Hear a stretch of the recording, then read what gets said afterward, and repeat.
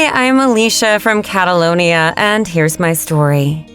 My parents were, as they say, shamelessly rich and had very strict morals. But one sad circumstance prevented them from enjoying life and their multi-billion-dollar income to the fullest. More than anything, they dreamed of a second child, a little daughter. But for some reason, it didn't work out for a long time. Only after 7 years of long and agonizing waiting after the birth of my older brother, Gaspar, on a hot summer day, I finally came into the world. And immediately became the center of life for our entire family. It was impossible not to love me. People were just melting from the angelic smile and tender babbling. Everyone except Gaspar. His inexplicable hatred of me arose from the first seconds of us seeing each other, when my mom first showed him the live screaming bundle. Ew, she's so disgusting and wrinkled. Mom, let's take this little monster back to the hospital. She smells like spoiled milk. This is not the sister I dreamed of, my brother said sincerely, hoping to be heard. But the grown-ups only laughed in response. Later, Gaspar dropped me out of the stroller several times and once left me on a park bench. Fortunately, my parents caught it in time and gave him a scolding to remember. For my 8th birthday, Mom and Dad gave me a series of Harry Potter books. My brother apparently also decided to congratulate and please me on my day. On the title page of each book, Gaspar wrote that I was a dumb witch and I looked like the ugliest goblin from the J.K. Rowling magical universe. When I realized who did it, I attacked my brother, wanting to fight him. He didn't expect such a turn of events. And if Mom and Dad hadn't arrived in time, I would definitely have pulled out a bunch of his hair and bit off his earlobe. In that situation, my parents took my side, and as compensation for moral harm, they forced my brother to give me his MacBook. You should have seen how angry he was, and later he sobbed on his knees begging our parents to change their mind. But they were unshakable. When I turned 14, my brother was already a grown-up and studying at university. One day he came home with his tattoo on his shoulder, and the moment I saw it, I desired one as well. Naturally, my parents were against it and didn't give me money for it. But if I set my mind on something, believe me, I followed my dreams to the end. For a whole month, I secretly walked the neighbor's dogs, earned the required amount, and got a large, colorful butterfly tattoo on my right shoulder. Oh, I was the happiest girl ever. Though I got a little less happy when my parents discovered my tattoo and grounded me for a whole week for disobedience. But it was worth it. One day, after my 16th birthday, our gardener introduced his daughter Anita to my parents. And according to him, the girl was smart, although she lived all her life in a village. I want my only daughter to graduate from a good private school. It'll help her make her way in life. But our family doesn't have the means for this. Let my Anita help you in the kitchen. I'm sure she can handle it. And the money will help us pay for her education. The gardener asked my parents in a trembling voice. He was so afraid of rejection that his chin was shivering. Mom and Dad agreed to help, of course. Moreover, Anita was my age, so she went to school with me. She seemed like a very cool and cheerful girl, and in the first few days we became very close. And I asked my parents if instead of an assistant cook, Anita could become my personal maid. Seeing such a warm friendship with a sweet, reasonable, and calm girl, my parents agreed, and Anita and I made a pact, which delighted us both. I'll explain. Anita hated cleaning and was bad at it. But she was the smartest girl in class and #1 in all her subjects.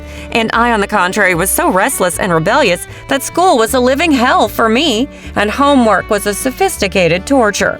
So, according to our agreement, I didn't tell my parents that Anita cleaned poorly and didn't run any errands. In gratitude, my new friend and maid did my homework. The perfect deal, isn't it? Gaspar watched our friendship with suspicion and disapproval. Alicia, you don't understand people at all, and you shouldn't trust this girl, because you're foolish and naive like a child. I have no doubt you won't listen to me anyway. Stubborn as a mule, my brother told me. I thought he was just jealous. We have never had such a close relationship with him as I have with Anita, and I couldn't expect anything but dirty tricks from my brother. So I stuck my tongue out at Gaspar and completely ignored his flimsy attempt to expose my beloved friend.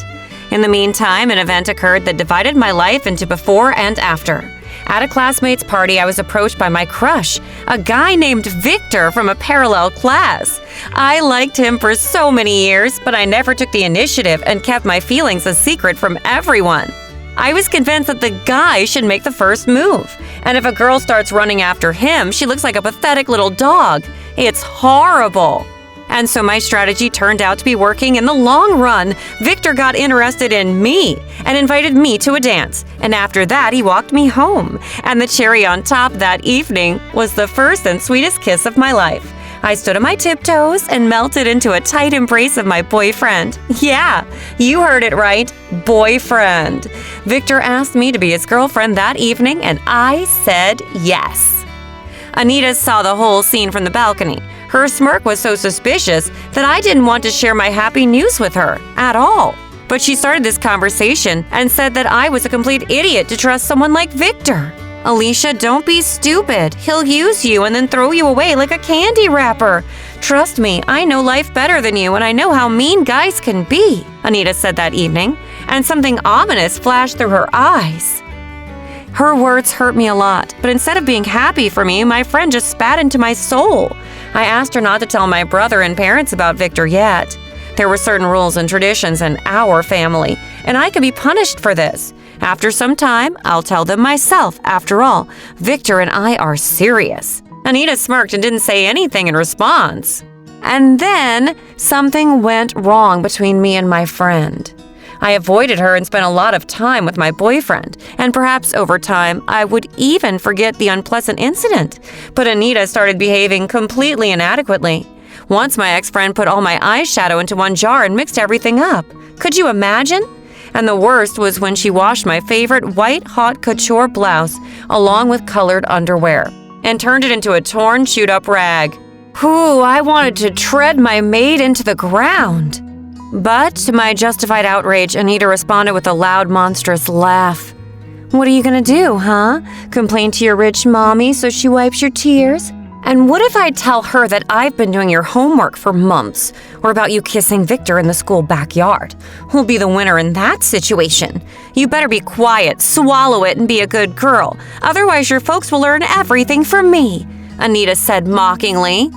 With each passing day, my friend became more and more audacious. She didn't hesitate to go through my pockets, shamelessly spent the money my parents gave me, took my expensive branded clothes from the closet and walked around school in them. Instead of doing her job and cleaning my room, the maid lay on my bed and watched TV shows on my Mac, and I kept quiet and didn't tell anyone. It all got too far, and I didn't have the moral strength to expose Anita, who had crossed every line possible. When my mom saw how ill-kept and dirty my room was, she blamed me. Alicia, your dad and I have always been flexible with you and do everything we can to make you feel comfortable. Think for yourself. Do any of your classmates have a personal maid? But despite the fact that the staff keeps your room in order, you managed to turn it into a pit in a very short time. From this day on, you'll have to clean it yourself to somehow get used to order, my mom lectured me. If only she knew that this wasn't a punishment, but a real salvation. I cleaned my room and started locking it, but it turned out that I got excited too early. Anita made a duplicate of the key and continued to make barbaric raids into my room in my absence. When I think of that period of my life, I break out in a cold sweat. If it weren't for Victor's support, then one day I would definitely have gone crazy. But I didn't tell everything, even my boyfriend, and he tried to chase my gloomy thoughts away in every way possible. He took me to see comedies and sang to me with his velvety voice, which filled my soul with light.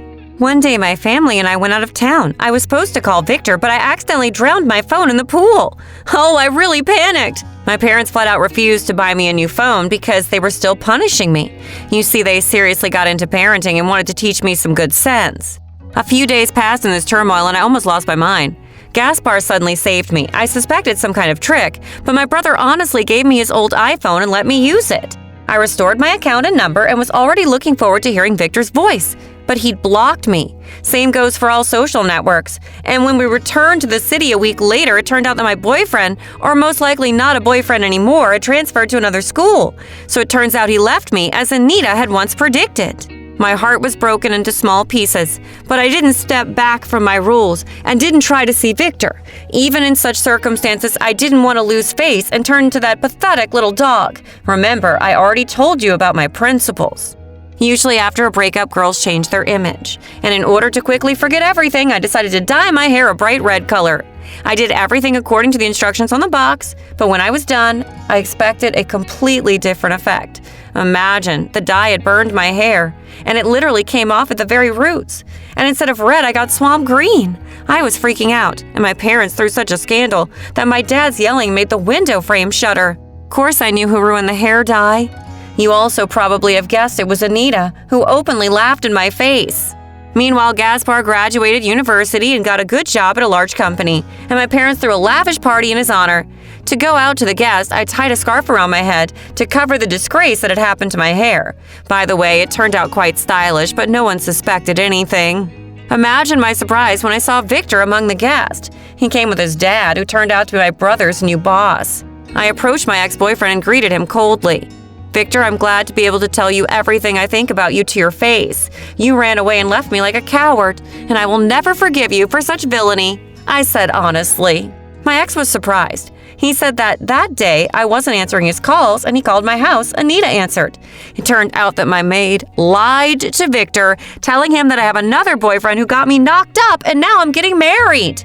At that moment, my brain went all fuzzy. I ran up to Anita, who was wearing my dress, sitting and sipping a cocktail, and I jumped on her like a tigress. She tore off my headscarf, and all the guests saw my terrible hair. And at that moment, I wanted to sink into the ground. And my ex-friend laughed like crazy and started hitting me in the face. The maid was pulled away from me by Gaspard and her own father, who ran there from the garden when he heard the screams. Anita yelled heartrendingly and went off in hysterics. "I hate you all. I don't want to be a beggar like my pathetic dad.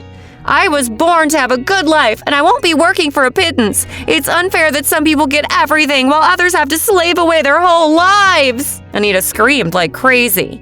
5 minutes later, my maid was taken away by an ambulance, and later she was sent for compulsory treatment in a psychiatric hospital. That evening, I had to tell my parents and my brother everything from the beginning. About our deal with Anita, and about secretly dating Victor, and about my maid and ex-friend bullying me all this time. My parents turned gray with such news, and Gaspar hugged me tightly. "Baby, it's all my fault because I bullied you when you were a kid for no reason. You stopped trusting me and distanced yourself, and I couldn't protect you. Forgive me. I want us to become closer, and for you to open your heart to me," my brother said softly.